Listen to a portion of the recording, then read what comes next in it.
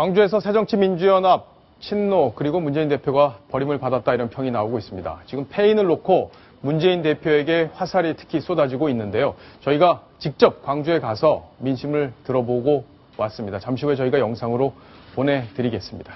자, 일단 광주 패배 요인이 뭔지부터 분석을 좀 해봐야겠습니다. 이현정 위원께서 좀 분석을 해주시죠. 네, 그러니까 새정치민주연합이 광주 민심의 현주소에 대해서 전혀 몰랐던 것 같아요. 예. 왜 그 광주 민심이 친노에 대한 거부감이 있는가? 왜 문재인 대표가 선거운동을 조영태 후보가 그러다는데 선거는 좀 안 왔으면 좋겠다는 그런 왜냐하면 오면 올수록 이 광주 민심이 별로 안 좋아졌는 그런 상황이거든요. 그러니까 예전에 특히 이제 친노 같은 경우에 정말 노무현 대통령이 광주에서 이겨서 대통령이 됐지 않습니까? 그리고 또 지난 대선 때 노무현 거의 80, 90% 당하는 지지도를 문재인 대표한테 보냈는데 그 이후에 돌아온 것은 아무것도 없었다는 거거든요. 그거에 대한 섭섭함과 친노에 대한 배신감 그런 것들이 아직 해소되지 않는 상황에서 또다시 어떤 이런 공천을 위해서 마음대로 한다든지 또 이런 하면서 그것들이 결정적으로 어떤 지역 민심을 이반시키는 그런 원인이 됐지 않나 싶습니다. 예. 박성훈 논설위원. 네. 사실 노무현 대통령이 민주당 당시 후보가 될 때, 대통령 선거에서 후보가 될 때 될 수 있었던 가장 큰 이유가 광주였잖아요. 그렇죠. 광주에서 그때 확 분위기 반전이 일면서 후보가 됐던 건데 그렇죠. 결국에 친노를 만들어준 곳 네. 광주 아니냐. 네. 근데 광주에서 심판을 받은 거 아니냐. 지금 이런 얘기가 나오는 거죠. 네, 그렇죠. 아시다시피 그때 노풍의 진원지는 국민 참여 경선이 세 번째 바로 광주에서 기적의 어떤 노무현 후보의 승리를부터 시작해서 이른바 기적이 창출되기 시작했는데, 예, 그때 정권을 만들었는데 결국은 다 친노들이 결국은 친노의 정권이었다. 어떤 김대중 정부를 계승한 정부가 아니고, 모든 것을 친노들이 다 전행을 했고, 지금 현재까지도 바로 2012년 총선 대선의 패배도 바로 그런 친노 패권주의가 말하자면 말아먹었는데, 이번에 공천 과정을 보면서도 아마 그런 배신감을 많이 느꼈을 겁니다. 예. 실제로 보면 조영태 후보가 어떤 광주 사람들이 볼 때 천정배와 비교할 때 정말 우리가 키워야 할 인물이냐라고 하기에는 이미 지난번 총선 때 탈당해서 다른 지역구 출마했다가 떨어진 후보를 갖다가 꽂아놓고 천정배하고 누구를 선택하라는 거냐, 이건 광주 사람을 도대체 뭘로 하는 거냐, 이런 굉장히 자존심이 상한 대목이 컸죠. 예, 그랬군요. 이영작 교수께서는 이 광주 민심의 본질, 지금 광주에서는 어떤 생각을 갖고 있는 건지 좀 분석을 해주시죠. 호남 민심의 심각한 이반 형태인데요. 성남에서도 그렇고 이제 저런 20% 이상의 차이가 났다는 건 대단히 심각한 이반 현상이란 말이에요. 그래서 그거를 몰랐다는 것은 우선 선거에 미숙했다라는 것이 되고, 이번에 아주 재밌는 것들이 이제 드러났는데, 예. 특별사면을 통해서 김대중 대통령이 부탁한 사람도 특별사면을 못 받았다. 거기다가 또 권노갑 씨도 특별사면을 못 받고 신성일 씨가 받았다. 예. 이런 것이 이번 특별사면 사건을 통해서 드러났단 말이에요. 그러니까 이게 뭐야? 호남 사람들이 이게 정말 노무현 정권이 해도 너무했구나 라는 그런 것을 이제 확실히 확인을 시켜준 거죠. 그래서 이번 호남 유권자들의 확실한 이반 현상, 그걸로 인해서 성남에서도 그렇게 큰 차이로 졌고 광주에서 저런 큰 차이로 진 것이 아닌가. 중요한 건 저렇게 큰 차이를 졌다는 것을 야당에서 모르고 있었다는 것은 예. 얼마나 정치적으로 미숙한가를 보여주는 거다라고 생각을 합니다. 네, 다른 선거에 비해서 정말 차이가 지금 2배 가까이 날 정도로 아주 큰 표차로 천정배 후보가, 무소속 후보가 당선이 됐기 때문일 텐데, 지금 광주 민심 아주 부글부글 하고 있다고 합니다. 저희가 카메라를 현장에 보내서 시장통을 다니면서 시민들의 의견을 직접 들어봤는데요. 여러 가지 얘기들이 쏟아졌습니다. 직접 지금부터 한번 들어보시겠습니다. 누구 뽑으셨습니까? 천정배 뽑았어요. 민주당에서 상당히 호남을 무시한 것 같더만. 한번 바꿔보라고. 민주당을 믿지를 못하겠더라고. 나도 민주당 당원이에요, 지금. 민주당 당원인데, 민주당 당원이라고 해서 우리를 이끌어가는 리더가 어디가 있냐고요, 지금. 그렇지, 문재인 대표도 여기 와서 유세 많이 했지 않습니까? 그 사람은 신의가 없는 사람이기 때문에 그런 정치인은 이제는 우리 국민들이 바라질 않아요. 다음 그 대선에 혹시 나오게 되면 예. 뭐 뽑으실 생각 있으세요? 전혀 없는 사람이죠, 저는. 자, 지금 저희가 저렇게 얘기하시는 분들의 의견만 모은 게 아니라 실제 가서 들어보니까 대부분 저렇게 부정적인 얘기를 하고 있는 그런 상황이었는데, 박성원 논설위원. 네. 지금 광주가 자주 예전에도 취재 때문에 내려가 보시고 했는데 저 정도 분위기라면 상당히 심각한 상황 아닌가요? 심각하죠. 그 득표율을 보세요. 이번에 지금 천정배 후보가 무소속 후보가 52%인데 명색이 광주에서는 새정치연합이 여당입니다. 그런데 조영태 후보가 얻은 득표율이 30%도 안 되는 29%, 거의 절반 수준인데 이 정도면 이것은 그냥 졌다라고가 아니라 정말 이건 옐로우 카드가 아니라 레드 카드를 몇 장 뽑아들고 예. 지금 문재인 지도부에게 광주 분들이 분명하게 뭔가를 선언하고 있는 겁니다. 근데 이것을 그냥 하나의 일시적인 하나의 국지적 현상으로 만약에 판단한다면 내년 총선에서는 정말 돌이킬 수 없는 예. 그런 상황에 처할 가능성이 높죠. 의원들, 광주 지역 의원들 그리고 호남 지역 의원들은 지금 이거 어떻게 해야 되나? 내년에 예. 당선이 돼야 될 텐데 이거 문재인 체제에서 이게 과연 총선에서 승리할 수 있을까 하는 고민들이 지금 많이 들 것 같은데, 자, 이남희 팀장. 네. 지금 야권 내부에서 그런 얘기도 나온다고 해요. 지금 문재인 대표와 붙었던 분이 지금 박지원 의원이잖아요. 네. 그래서 만약에 그때 박지원 의원이 당대표가 됐다면은 지금 체제가 조금 더 안정적으로 가지 않았을까. 이번 선거도 좀 다르지 않았을까. 이런 얘기들이 있던데요. 박지원 의원도 전당대회에서 그 얘기를 굉장히 많이 했었습니다. 호남에서 어떤 친노에 대한 비판 이런 것들이 크기 때문에 어떤 호남 민심을 어루만지고 결국은 선거에서 잘못되면은 호남 신당이 나올 수 있다고 경고했는데 결국은 박지원 의원이 대표가 됐더라면 좀 달라졌을 수도 있을 것이다 라는 얘기들이 나오기는 합니다. 지금 재미있는 그림 박정원 앵커 옆에 지금 이렇게 마련이 돼 있는데요. 예. 아무래도 이제 박지원 의원은 김대중 전 대통령의 비서실장을 지냈고 어떤 그 DJ의 후광 이런 것들을 바탕으로 좀 더 호남 민심 끌어안아서 최소한 한석은 보유하지 않았을까라는 관측들도 나옵니다. 근데 역사의 가정법은 없죠. 네. 이영작 교수께서는 어떻게 보시는지 궁금합니다. 박지원 의원이 됐다면 지금 야당이 조금 더 안정적으로 가지 않았을까? 또 여당과도 조금 더 뭔가 얘기가 잘 통하지 않았을까 하는 얘기들이 있는 게 사실이거든요. 네. 적어도 광주는 어떻게 해서라든지 지키려고 그랬을 것 같고요. 예. 그리고 관악에서 정동영 의원이 나오는 걸 수단과 방법을 가리지 않고 말렸을 사람 같습니다. 그리고 사실 이번 이 선거로 인해 가지고 문재인 대표가 아주 치명적인 상처를 입었는데 사실 이번 재보궐선거에서 문재인 대표가 굉장히 치명적으로 상처를 입을 수 있다. 그런 것은 이미 2월 달에들 얘기들을 했거든요. 예. 그 얘기가 몰랐었던 얘기가 아니고, 근데 만약에 그 당시에, 박지원 의원이 당대표가 됐더라면은, 그렇다면 좀 얘기가 많이 달라졌을 수도 있겠죠. 그러나 네. 그건 어디까지나 가정이죠. 네, 네. 가정이지만 만일에 박지원 전 원내대표가 대표가 됐다면 우선 그 호남 분들이 자, 내년 지금 총선에 공천 친노가 다 장악하겠다. 그리고 다음 대선에 그 후보로서의 지금 만약 입지를 여기서 아예 눌러 앉겠다. 이러한 걸로 지금 지난 어떤 경선의 메시지를 친노가 무리를 써가면서 문 대표를 당선시켰다. 이렇게 굉장히 보면서 소외감이 깊어진 거거든요. 예. 만일에 그렇지 않고 박지원 대표가 대표가 됐다면 그런 부분에 대해서 오케이.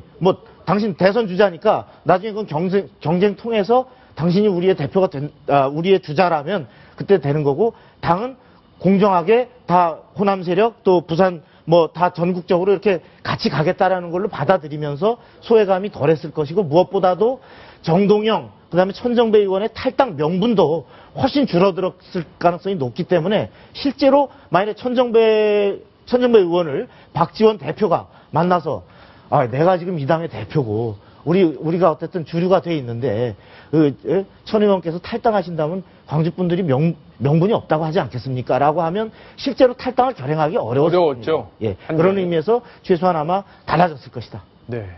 자, 여기 지금 아주 속내가 복잡한 8분의 사진이 있습니다. 광주, 만약에 신당이 지금 논의가 지금 계속 나오고 있는데 그동안 논의가 계속 나오다가 재보선 때 살짝 눌러져 있는 상황이었는데 이번 재보선 결과 때문에 신당 논의 더 커질 수밖에 없는 그런 상황인데 이 8분 이현정 위원께서 보시기에는 이 8분이 그대로 당적을 이어갈지 아니면 조금 신당에 만든다면 난 참여해야겠다 이렇게 할지 어떻게 보세요? 원래 이제 광주 3선은 서울 초선이라는 이야기가 있습니다. 예. 광주에 3선하는 거는 서울에 초선하는 것과 비슷하다라는 건데 그만큼 옛날에는 뭐 깃발 꽂으면 당선이다 이런 식의 이야기했었는데 사실 지금 호남에서 어떤 문제가 뭐냐면 저 8분도 있지만 중앙정치 무대에서 정말 앞으로 예를 들어서 대권 후보라든지 그런 걸 클 수 있는 분이 저 분들은 지금 물론 뭐 천정배원이 그런 가능성이 있지만 별로 보이지 않아요. 네. 그게 그만큼 불만이었던 거죠. 과연 호남 정치가 그냥 호남에서 끝나고 중앙 정치로 못 옮겨왔다는 거죠. 그러니까 지금 아마 천정배 의원이 당선되면서 가장 지금 떨고 있을 분들이 바로 이제 광주 지역 의원들과 그다음에 전남 지역 의원들 텐데 이제 아마 여러 가지 어떤 복잡한 속내도 있을 겁니다. 만약 탈당을 할 경우에 또 나중에 합류할 경우에 어떤 손해들 그렇지만 또 미리 합류할 경우에 어떤 이득들 그렇기 때문에 그런 것들은 아마 아주 예민하게 앞으로의 정계 과정을 보면서 거취를 결정할 그런 가능성이 클 것 같습니다. 그렇군요. 문재인 대표 오늘 아침에 반성문을 내놓았습니다. 그런데 국민의 눈높이에 맞는 반성문이었는지 아니었는지 지금부터 다시 한번 점검을 해보도록 하겠습니다. 일단 문재인 대표의 오늘 오전 반성문 직접 한번 들어보시겠습니다.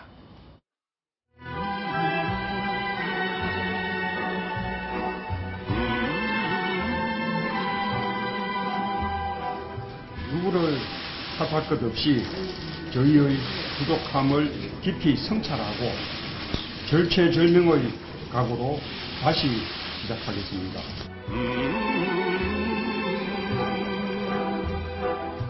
이번 선거 결과는 박근혜 정권과 새누리당의 면죄부를 준 것이 아닙니다. 박근혜 정권과 새누리당의 축하와 함께 경고합니다. 국민의 선택은 항상 옳습니다. 저희가 많이 부족했습니다. 국민 곁에 제대로 다가서지 못했습니다. 우리 새정치민주연합은 더욱더 단결해서 낮고 겸손한 자세로 나가도록 하겠습니다.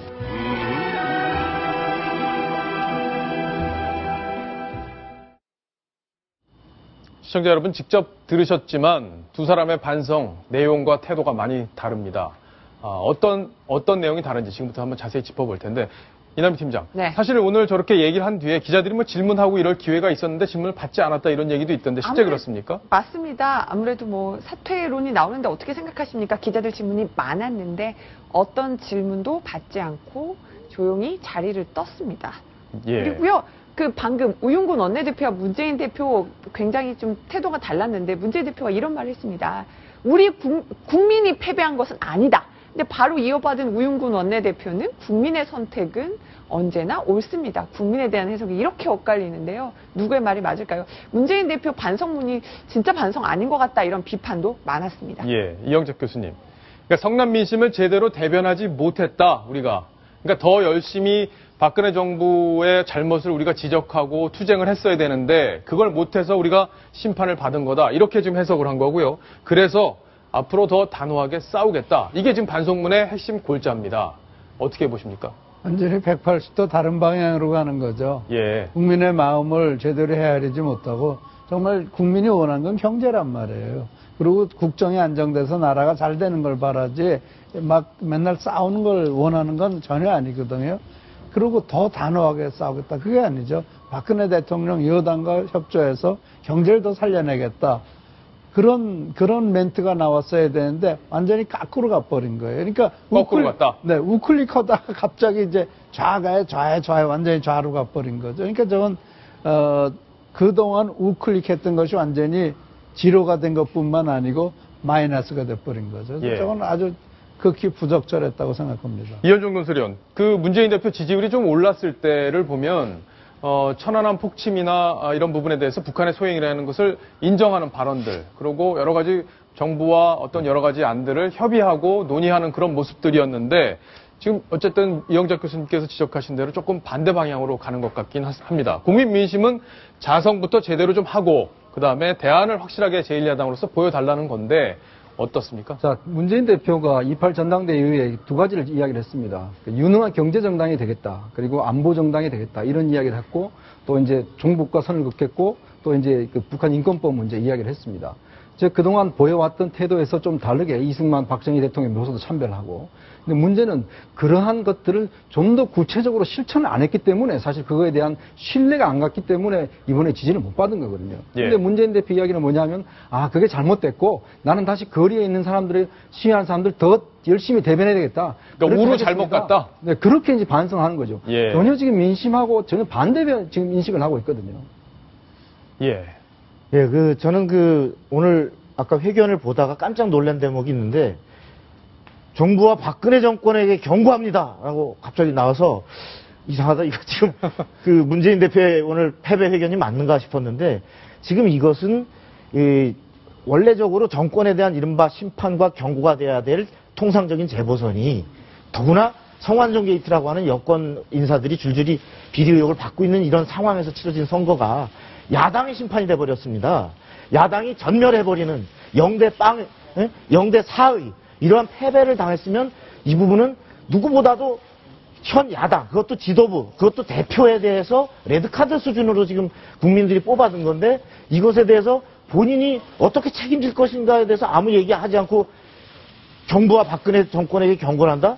이거야말로 박근혜 대통령한테 자주 써왔던 유체이탈 화법. 예. 나의 책임에 대해서 못 들은 척하고 지금 상대방에게 손가락질하는 이러한 대표를 갖고 과연 새정치연합 지지자들이 어떤 정권 교체 희망을 가질 수 있겠는가라고 지금 굉장히 부글부글 끓는 얘기가 제가 아는 야당 지지자들도 지금 분통을 터뜨린 얘기가 하루 종일 시끄럽게 들리고 있어요. 근데 예. 당 대표란 분이 지금 무엇을 잘못했는지에 대해서 하나도 돌아보고 자신의 잘못을 인정하기보다는 이렇게 하면 안 되죠. 무엇보다도 지금 제가 모든 것이 저희 책임입니다 하고 오늘 당연히 사퇴를 해 던지고 그에 따른 당원들의 처분을 바랬어야 마땅한데 책임 없는 정말 대표 모습을 보여준 것 같아서 예. 굉장히 실망스럽습니다. 문재인 대표에 대해서 무책임한 모습이었다. 오늘 지적하는 목소리 비단 박성원 논설위원뿐만이 아니라 여기저기서 많이 오늘 터져 나왔는데요.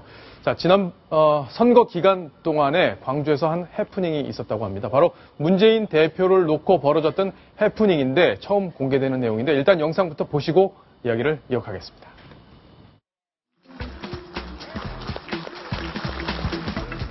새정치민주연합의 문재인 대통령님과 지도부께서 정말 문재인 대표님과 근데 앞으로 그럴지 가능성이 높죠. 네.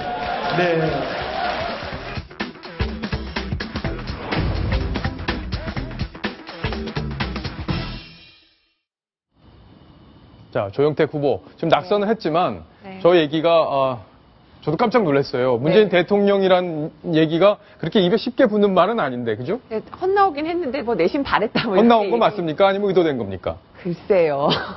제가 조영택 후보에게 직접 물어보지는 않았는데요. 저 자리가 지난 3월 22일 광주에서 아시아문화중심 도시 특별법이라고 해서 아문법이라고 일명 말하는데 새정치민주연합이 아주 의욕적으로 통과시키려던 법이 있었는데 통과를 자축하던 자리였습니다.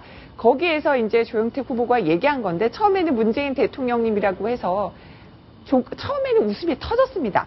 그 다음에 근데 곧바로 어떤 관객들이 지켜보다가 침묵 속으로 들어갔습니다. 예. 아니, 문 대표 그렇게 하고도 대통령 또 하려는 거냐, 이런 민심, 그러니까 그런 마음이 속으로 깔려 있었다. 한 참석자가 그런 민심을 전하기도 했는데요. 어떤 문 대표를 바라보는 좀 광주 민심을 보여주는 단적인 사례다. 이런 얘기들도 들리고 있습니다. 예. 이영작 교수님.